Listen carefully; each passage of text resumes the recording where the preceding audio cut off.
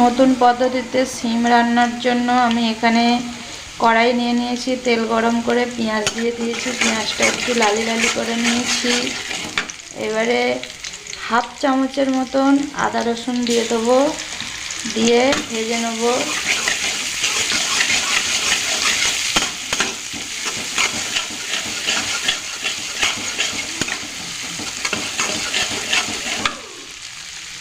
এবারে এক এক করে গুঁড়ো মশলাগুলো দিয়ে দেবো।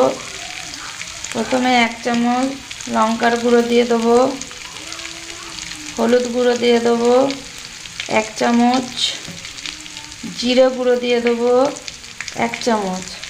আবার মশলাগুলো ভালো করে কষিয়ে নিতে হবে।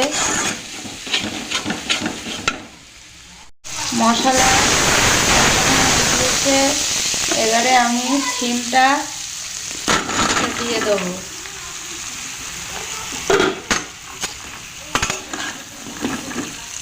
সিমটা ভালো করে কষিয়ে নিতে হবে।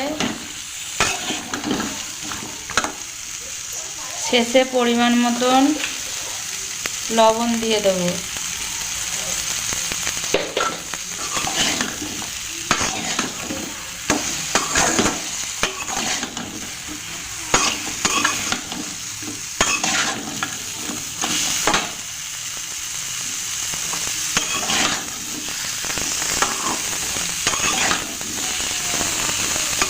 ভালো করে কষিয়ে নেব। সিমটা কষানো হয়ে গিয়েছে, এবারে অল্প করে পানি দিয়ে সেদ্ধ করে নেব।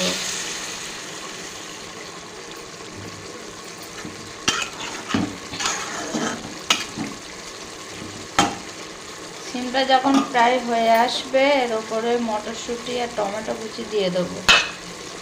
এখন ঢাকনাটা বন্ধ করে রাখলাম।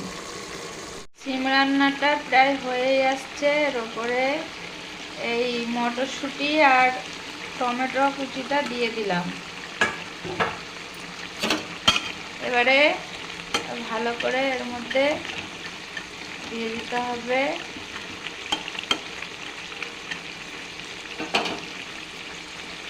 দিয়ে 5-6 মিনিট ঢাকনা দিয়ে বন্ধ করে রাখবো, তারপরে নামিয়ে নেব।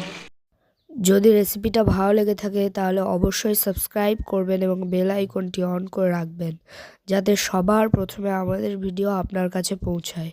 আল্লাহ হাফেজ।